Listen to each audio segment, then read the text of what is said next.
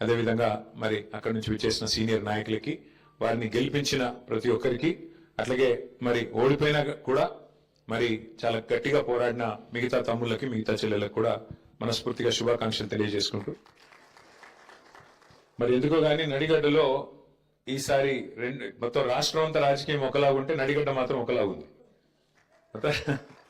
ఉమ్మడి పాలమూరు జిల్లాలో మనకి శాసనసభ ఎన్నికల్లో కూడా 2 సీట్లు వచ్చినాయి. ఆ 2 ఏమి అంటే, ఒకటి అలంపూరు, రెండవది గద్వాల. సరే, గద్వాల్లో గెలిచిన ఎమ్మెల్యే గారు ఇవాళ రేవంత్ రెడ్డి గారి సంఖలో దూరినారు, పర్వాలేదు. కానీ మొన్న మున్సిపల్ ఎన్నికల్లో కూడా ఆశ్చర్యకరమైన విషయం నాకు వెంకటరామరెడ్డి గారు ఎప్పటికప్పుడు చెప్తా ఉన్నాడు. మనకు నడిగడ్డలో 4 మున్సిపాలిటీలు ఉంటే 2 అవుట్ రైట్ గా గెలిచినాము, 1 దాదాపు గెలిచినాం. గద్వాల కూడా గెలిచినంత పని అయింది, కానీ కొద్ది తేడాతో పోయింది. కానీ మెజారిటీ చూస్తే మళ్ళీ కౌన్సిలర్ల పరంగా, ఓట్ల పరంగా మన పార్టీకి వచ్చింది. రాష్ట్రం మొత్తం కాంగ్రెస్ ప్రభుత్వం ఉన్నా నడిగడ్డలో మాత్రం మన ప్రభుత్వమే ఉన్నట్టుగా ఇంకా కూడా భావించాల్సి ఉంటుంది. సర్పంచ్ ఎన్నికల్లో